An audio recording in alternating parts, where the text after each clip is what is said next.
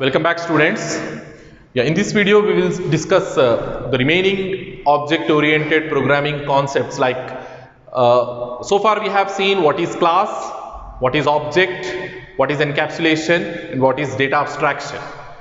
In this video we will be discussing what is inheritance.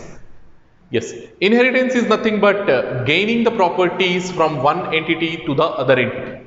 Gaining the properties or just now I told you every object in the real time will have some kind of properties, isn't it? Some kind of dimensions, weight, the look, isn't it? The color. Okay, if you have, if you want to, if it is a food item, you can even taste it and you can give the taste of it, taste of that food item.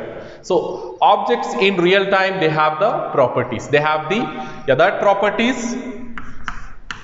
We have synonyms to this one: properties, attributes, or we can even call it features. All these things are just the synonyms. Meaning is same. Properties, attributes, features, meaning is same. Just the synonyms. Okay. So every object is going to have certain attributes, certain properties in real time. Clear? So if an object is gaining the properties from some other object, like that phenomenon is called as inheritance. See over here, the reusability mechanisms. We have already created some class, the blueprint, and what we are doing, we are creating another blueprint and we are making use of already existing blueprint. Isn't it? We are making use of already existing blueprint. That kind of phenomenon we call it as inheritance. Inheritance is nothing but gaining the properties or gaining the features from already existing one. So parent to child. This is the best example in real time to understand this inheritance concept. Parent to child. Okay, children will gain the properties from their parents. So that phenomenon we call it as inheritance. In programming also we are going to have classes, like you have written some, I will explain everything with examples in coding. Okay, you are still the beginner, that's why I am not going into deep. I am simply taking very primitive examples, very simple examples for your understanding, very basic level of examples for your understanding. So inheritance, how you can remember? Gaining the properties, a child is gaining the properties from his parents is nothing but inheritance. Okay, so if you have class A and you are writing another class B, you already have class A written and you are writing, it is an existing one, it is an old one, like this you are. Okay. And now you are writing class B. This is the new one. So when you are writing this class B, you want this class B to gain the properties from this class A. So simply what we will do, we'll put a link. We'll put a link between class B and class A, so that class B can get the properties from class A. We have to put the arrow mark here because we are taking the properties from A. Okay, so this type of relationship, this type of link, we call it as inheritance. Okay, where class B will gain the properties from class A. Okay, so over here, indirectly what we are doing, when we are creating new class, we are reusing the existing class. We are reusing the existing class. That is nothing but your inheritance. You can see the first point, the reusability mechanism. Inheritance is nothing but the reusability mechanism. And how we are achieving means, again with the help of classes only. By creating a new class from an already existing class, we are achieving the inheritance phenomenon. We are achieving the inheritance phenomenon. Over here, when you are creating class B from class A, we call this class A as parent class. Again, the synonyms we have over here. Parent class as our base class or superclass. Superclass. Because when you are preparing for this C++ programming, you might be referring different books. In some books they will call it as parent class, and in some books they will call it as base class, and in some books they will call it as super class. Just the synonyms, meaning is same. Okay, so base class, super class, parent class, just the synonyms. Okay, now what we call this second class, I mean the new class, as which is created from this A class, existing class, we call this B class as child class. Okay, derived class, subclass. So over here what we are doing, we are creating a new class from an already existing class by gaining the properties from the existing class. So the existing one we call it as parent, base, super class. The new class which we have created we call it as child, derived and subclass.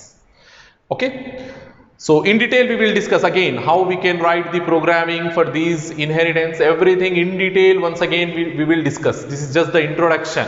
Object oriented programming, I am just giving the introduction. Okay, so then we have, see over here we have created animal class, and from that animal class I am creating a dog class, cat class, cow class, where these three classes they exhibits the properties of an animal. Okay, a dog is an animal, a cat is an animal, a cow, it is also an animal. So all these things are derived from animal class, where dog is having its own properties.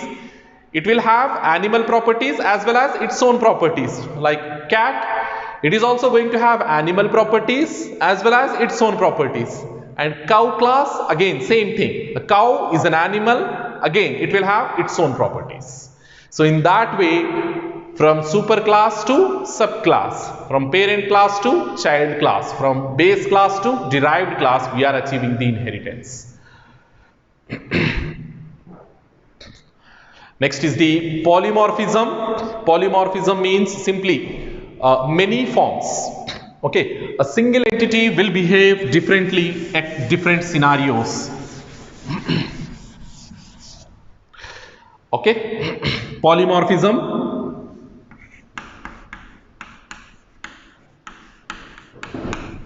See, these object oriented programming concepts, OOPS concepts, they are very, very important. Like as I said, whatever points or whatever concepts I am stressing more over here, definitely you will get in your external paper.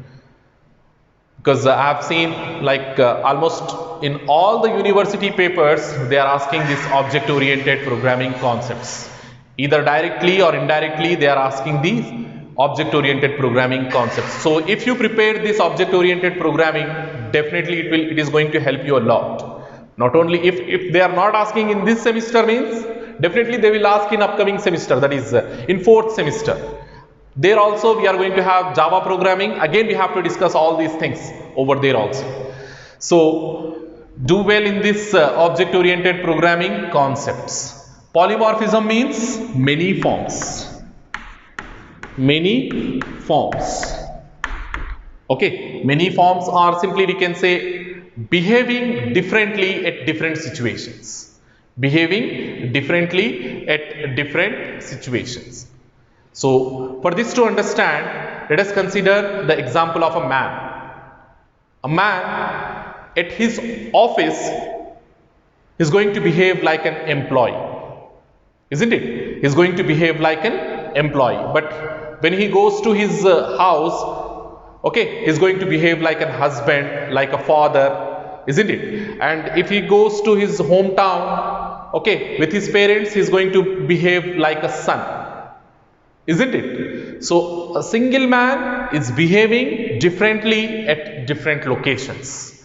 So a single entity, if it behaves differently at different scenarios, we call it as polymorphism. Polymorphism. We have like operator overloading, function overloading concepts with the help of which we are achieving this polymorphism in program code. Real-time example already I have given. A single person at his different stages of life is going to behave differently. First, He will behave like a son, then husband, then father, okay, grandfather, likewise. Isn't it? So in that way, polymorphism can be exhibited. Clear? So as you can see, the word polymorphism means having many forms. Having many forms. So yeah, how we are achieving this polymorphism in programming or in coding means we have the concepts called operator overloading and function overloading. Okay, without primitive knowledge, even if I explain that operator overloading, function overloading over here, you will not get anything. Clear? So simply remember, in coding we are going to achieve polymorphism with the help of operator overloading and function overloading. When time comes in your syllabus, inshallah, maybe in our next class only, we are going to discuss about functions.